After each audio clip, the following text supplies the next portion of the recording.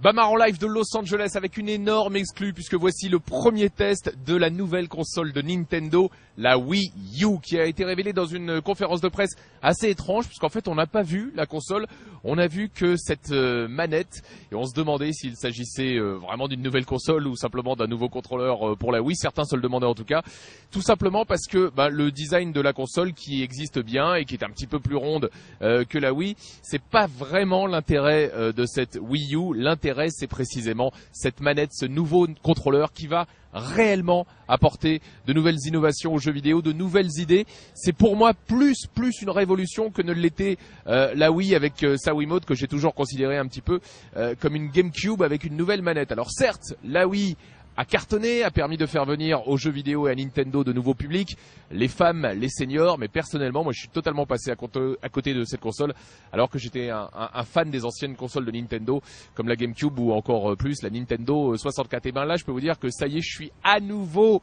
bouillant sur cette nouvelle console, la Wii U. Pourquoi ? Je vais essayer de vous l'expliquer.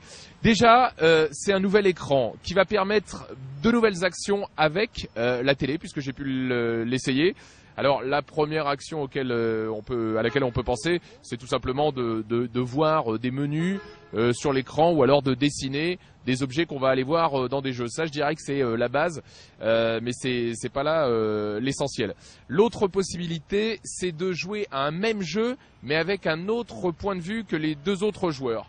J'ai joué par exemple à une démo qui s'appelle Mi Battle.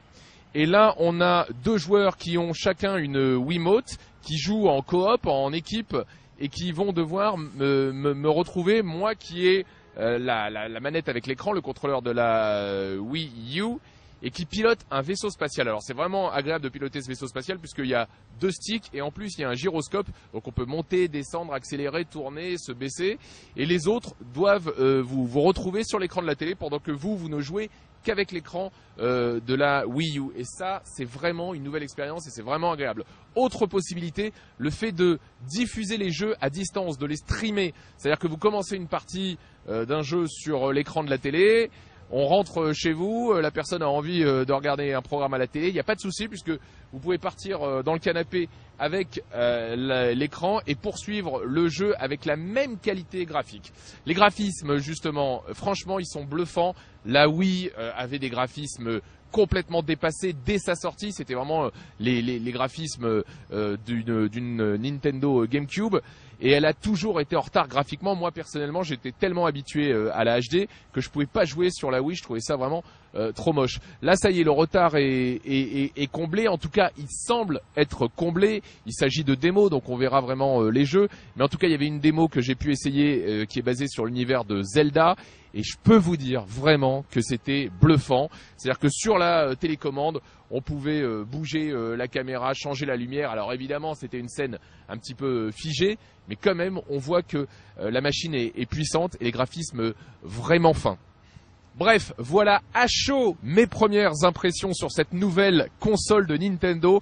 Personnellement, vous l'avez compris, je suis plutôt bouillant sur cette machine. Je vais essayer d'en apprendre plus pendant toute cette semaine, pendant toute la durée de l'E3 qui n'est pas encore ouvert. C'est assez hallucinant d'avoir pu tester la console avant même l'ouverture du salon. En tout cas, vous continuez à le suivre toute cette semaine, cette E3 2011, sur le blog bamarenlive.com. On est là.